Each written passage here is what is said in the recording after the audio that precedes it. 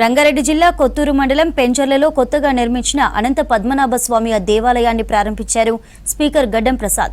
స్వామివారికి ప్రత్యేక పూజలు చేశారు. మేనిఫెస్టోలో చెప్పిన హామీలన్నీ తీర్చే శక్తిని సీఎం రేవంత్ రెడ్డికి ఇవ్వాలని అనంత పద్మనాభ స్వామి వారిని కోరుకున్నానన్నారు స్పీకర్ గడ్డం ప్రసాద్. దేవాలయం అభివృద్ధికి తన వంతు కృషి చేస్తానని చెప్పారు. మొట్టమొదటి అనంత పద్మనాభ స్వామి టెంపుల్ వికారాబాద్లో ఉన్నది.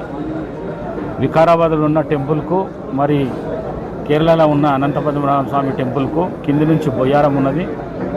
అక్కడ కూడా స్వయంభూ అనంత పద్మనాభ స్వామి టెంపులే. మరి అక్కడ ఉన్నది. మరి వారికి ఎట్లొచ్చిందో ఈ ఆలోచన నాకైతే తెలియదు. కానీ మళ్ళా నా దగ్గర ఉన్న అనంత పద్మనాభ స్వామి టెంపుల్ ఈడ కూడా అనంత పద్మనాభ స్వామి టెంపుల్ను దర్శించుకునే విధంగా శంకరన్న చేసినందుకు మరి ఇక్కడ ఈ పింజర్ల గ్రామంలో ఒక 3-4 ఇయర్స్ బ్యాక్ ఇది మొత్తం అడవి ప్రాంతంగా ఉండేనంట. భక్తులు కూడా రానికే కష్టమైన పరిస్థితి ఉండే. మరి అట్లాంటి పరిస్థితులలో అనితారెడ్డి గారు, శ్యామ్ సుందర్ రెడ్డి గారు కానీ, సిద్ధార్థ రెడ్డి గారు కానీ, జనార్దన్ రెడ్డి గారు కానీ, గ్రామస్తులు ఇంత పెద్ద ఎత్తున దీన్ని అభివృద్ధి చేయడము చాలా అభినందనీయం.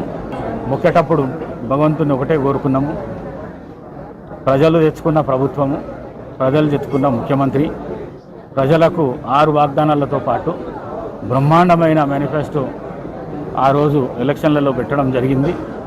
మరి నేను భగవంతుని ఒకటే కోరుకున్నా, ఈ రాష్ట్ర ముఖ్యమంత్రి శ్రీ యనమల రేవంత్ రెడ్డి గారి ఆరోగ్యం కానీ, ఆయుష్ కానీ, ప్రజలకిచ్చిన మాట కానీ, ఈ 6 గ్యారెంటీలు కానీ, మేనిఫెస్టోలో ఉన్న విషయాలు కానీ ప్రజలకు అందే విధంగా ఆయనకు బలము చేకూర్చాలని చెప్పేసి, అదేవిధంగా మంత్రివర్గంలో ఉన్న మంత్రులకు అందరికీ